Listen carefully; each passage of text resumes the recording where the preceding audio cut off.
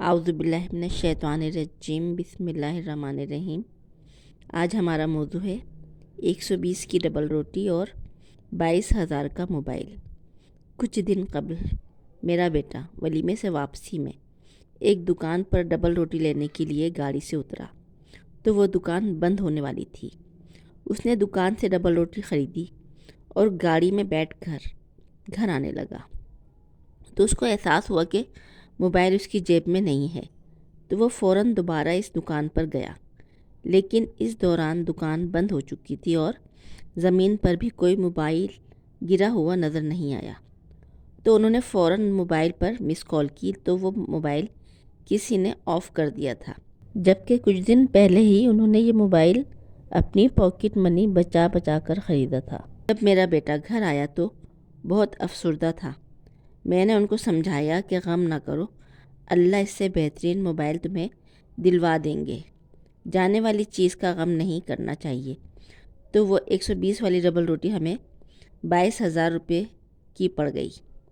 یہاں پر لوگوں کو یہ سوچنا چاہیے کہ آج ہر انسان محنت کر کے کما رہا ہے، لیکن لوگوں کو اس بات کا احساس نہیں ہے کہ وہ یہاں اس دنیا میں تو فائدہ حاصل کر لیں گے، اس طرح کی حرکتیں کر کے کہ کسی کا موبائل اٹھا لیا، کسی کی چیزیں چوری کر لیں، پیسے چھین لیے، مگر آخرت میں کہاں سے وہ اس طرح کی چیزیں واپس کریں گے؟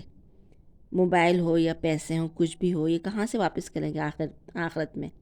آپ کو پتہ ہے کہ یہاں اگر ہم نے کسی کا 1 روپیہ لے کر بھی کھا لیا تو اس 1 روپے کی کیا ویلیو ہے، لیکن آخرت میں ہم کہاں سے یہ 1 روپیہ واپس کریں گے؟ تو پھر ہزاروں لاکھوں روپے کی ہیرا پھیری کر کے ہم آخرت میں لوگوں کے حق کیسے واپس کریں گے؟ پھر دنیا میں ہم نے نیکیاں کی ہوں گی، وہ ہمیں ہزاروں لاکھوں نیکیاں ان لوگوں کو واپس کرنی ہوں گی جن کے حق ہم نے دنیا میں کھائے ہوں گے، چاہے وہ ڈاکہ ڈال کر کھائے ہوں یا چھین کر یا کسی کا حق کھا کر۔ اسی لیے ہمیں دنیا سے زیادہ آخرت کی فکر کرنی چاہیے، کیونکہ دنیا کی زندگی چند روزہ ہے، تو دنیا کی چند روزہ زندگی کی خاطر ہم اپنی آخرت کیوں تباہ کریں؟ لیکن ناعاقبت اندیش لوگ یہ سمجھتے ہیں کہ آخرت کس نے دیکھی ہے، جو زندگی ہے بس یہی ہے، تو ہم اپنی دنیا کو کیوں نہ انجوائے کریں؟ یہاں پر والدین کی ذمہ داری ہے کہ وہ اپنی اولاد کی پرورش پر بھرپور توجہ دیں، کہ بچوں کو بچپن ہی سے بری باتوں سے بچایا جاتا ہے کہ جھوٹ نہ بولیں، چوری نہ کریں، بڑوں کا ادب کریں، استاد کا احترام کریں۔ ہمارے بڑے ہمیں سمجھاتے تھے کہ باادب بانصیب اور بے ادب بے نصیب۔ آج وقت نے ثابت کر دیا ہے کہ ان کی یہ بات سچ ہے۔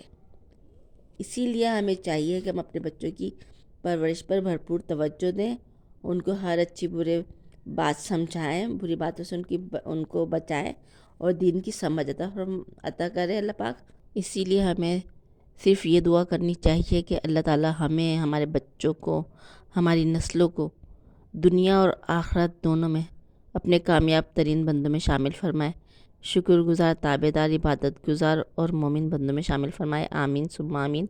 اور ہمیں دین کی سمجھ عطا فرمائے، کیونکہ دین کی سمجھ جس کو حاصل ہو گئی وہی دنیا اور آخرت دونوں میں کامیاب ہے۔ تو اللہ ہمیں دنیا اور آخرت دونوں میں اپنی کامیابیاں عطا فرمائے۔ اور آج کے لیے اتنے ہی۔